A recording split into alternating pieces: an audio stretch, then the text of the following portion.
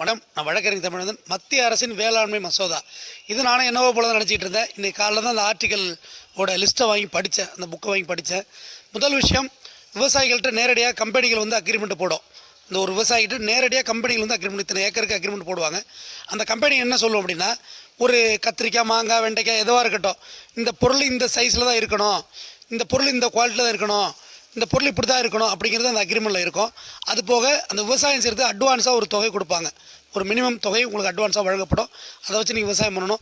விவசாயம் பண்ணி முடிச்சுட்டு டேரெக்டாக அவங்களே வந்து உங்கள்கிட்ட பர்ச்சேஸ் பண்ணுவாங்க. பர்ச்சேஸ் பண்ணிவிட்டு உங்கள்கிட்ட வாங்கிட்டு அந்த பொருளை கொண்டு போவாங்க. அப்போது 10% தொகை உங்களுக்கு கொடுக்குறேன்னு சொல்கிறாங்க. அதாவது 100 ரூபானா 10 ரூபா விவசாயிக்கு கொடுப்பாங்க. அந்த தொகைக்கு அட்வான்ஸ் மாதிரி ஒரு தொகை கொடுப்பாங்க. எடுத்துகிட்டு போய்ட்டு 90 நாள் கழித்து இந்த விவசாய பொருள் தேரும் தேராதுன்னு முடிவெடுக்கிறதுக்கு அவங்க 90 நாள் டைம் எடுத்துக்குவாங்க. 90 நாள் கழித்து தான் அந்த முடிவை அவங்க சொல்லுவாங்க. உங்கள் பொருள் தேராதுன்னா ஆட்டோமேட்டிக்காக அந்த பொருள் ரிஜெக்டட் ஆகும். அந்த 10% உங்களுக்கு பணம் கொடுத்தாங்க இல்லையா, அந்த பணத்தை கேபிட்டலில் வைப்பாங்க. இப்படியாக போயிட்டே இருக்கும். மேலும் அவங்க கொடுக்குற விதையை மட்டும்தான் நீங்கள் அந்த நிலத்தில் அந்த கல்டிவேட்டிங் பண்ணணும். அது பேர் மான்சாண்டோ விதைகள். மான்சாண்டோ விதைகள்னால் தமிழில் சொல்கிறேன், கரு விதை நீக்கம் செய்யப்பட்டது. அதை நீங்கள் விதை நல்லா எடுத்து வைக்க முடியாது. ஒன்ஸு பயிரிட்டால் முளைக்கும், திருப்பியெல்லாம் முளைக்காது. அதுக்கு சில குறிப்பிட்ட நோய்கள் வரும்.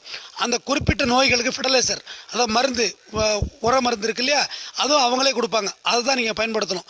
வெளிலேருந்து வாங்கி போட்டுலாம் பயன்படுத்தக்கூடாது. இது போக செஞ்சு அந்த பொருள் நிராகரிக்கப்படும் போது அந்த 10% கேபிட்டல் வைக்கிறாங்க இல்லையா, மறு ஆண்டு விவசாயம் பண்ணவங்களே மறுபடியும் உங்களுக்கு அட்வான்ஸு 10% கொடுப்பாங்க.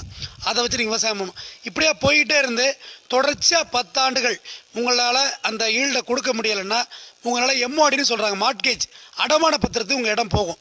அதுலேயும் மீட்க முடியவில்லை என்றால் உங்களிடம் சேல் டீட் ஆகும் ஆட்டோமேட்டிக்காக. இதுதான் இந்த வேளாண்மை மசோதா சொல்கிற சிம்பிளி தாட். இது வந்து பல கட்சிகள் இதை வந்து புரிஞ்சு சொல்கிறாங்களா, சொல்லாமல் இருக்காங்களா தெரியல. இந்த ஆக்டை வாங்கி படித்தாலே இதுதான் தெளிவாக இதில் இருக்குது. இதை வச்சு நீங்கள் எதுவுமே பண்ண முடியாது. டோட்டலாக இது ஒரு விதமான விவசாய அழிப்பு, நம்ம மீது நடத்தப்படும் பயோவார். இதை நிச்சயமாக 100% எந்த நாட்டிலும் பயன்படுத்த முடியாது. இதில் மிக முக்கியமான பாயிண்ட் சொல்கிறேன், இந்த சட்டத்தை எதிர்த்து நீங்கள் கோர்ட்டுக்கு போக முடியாதுன்னு ஆர்டிக்கல் சொல்லுது. நீங்கள் நீதிமன்றத்திற்கு இந்த சட்டத்தை நோக்கி போக முடியாது. மேலும் மாநில அரசு இந்த சட்டத்தை எதிர்த்து போகக்கூடாது. இப்போ உதாரணத்துக்கு தமிழ்நாட்டு முதலமைச்சர் இந்த சட்டத்தை எதிர்த்து நீதிமன்றம் போகணுன்னா கண்டிப்பாக போக முடியாது. இப்போ ஆந்திரா முதலமைச்சர் எல்லாருக்கும் இதே தான். இதுதான் அந்த ஷரத்து 13(1)(a) சொல்கிறாங்க.